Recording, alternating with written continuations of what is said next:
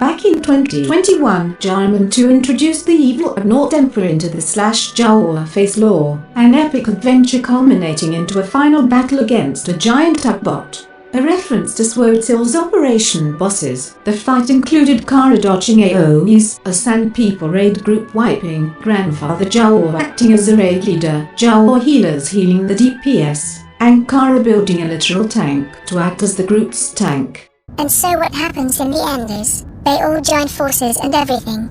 And the Jawas battle the Ugbot, in this huge kind of war and peace battle. Like literally war and peace, and huge. That's great. It's gonna be great. That's gonna be great. It's gonna be great. It's gonna be great. The Ugbot itself was made up out of various flat PNG images and then placed on top of game footage using HID film. Being a complete noob at using HID film at the time, the Ugbot hardly looked very convincing as existing within the game's world.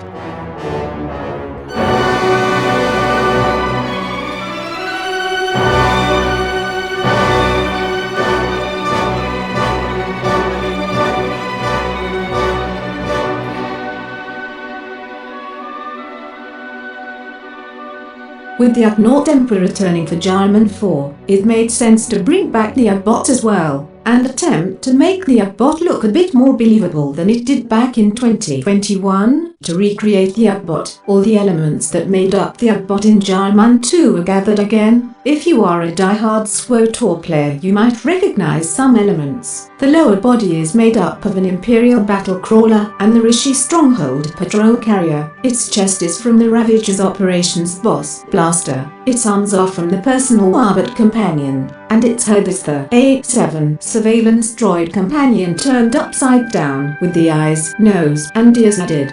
For the opening of Jaman 4, there would be a flashback showing the final battle of Jaman 2 from a different perspective. These short clips were entirely made in HID film, using a virtual camera to move towards the Ugbot and look up. This was one of the first shots finished for Jaman 4. In case the new Ugbot wouldn't look good enough, there would be time to completely rewrite all the Ugbot scenes to something else. Luckily, these scenes ended up looking pretty good. For the final confrontation, the Ugbot was once again placed in game footage. The footage was shot with Kara and Bliss carefully positioned, so that the Stronghold's balcony could be used as a natural point to cut out the background. The Ugbot was then added in such a way as if he emerged from behind the balcony, the Ugbot's hand being the only element to interact with the balcony to give the illusion that he is really there. It is difficult to act opposite something that isn't actually there. I look back at the Ugbot scenes in Jaman 4, and if I'm honest, my acting is kind of wooden. I am just moving in my idle animation and not reacting to the Ugbot much.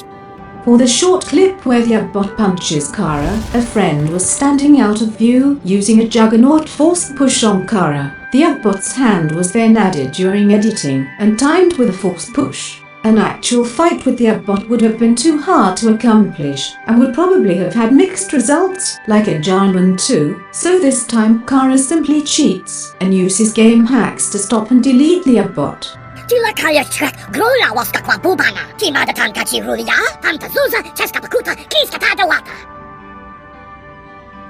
For the final shots of the Ugbot crashing into Final Fantasy XIV, a friend who plays that game was recruited to record the needed footage. After some scouting, the decision was made to use the area of the wreckage of the Agrius as the location of the crash. When adding the Ugbot into the scene, some of the environment was cut out and placed in front of it, to give the illusion the Ugbot is really there in the water. Some Ugnaughts were recorded in the water in the Rishi Stronghold, carefully cut out, and then placed in the water around the Ugbot as well. The Ugbot is the key to all this.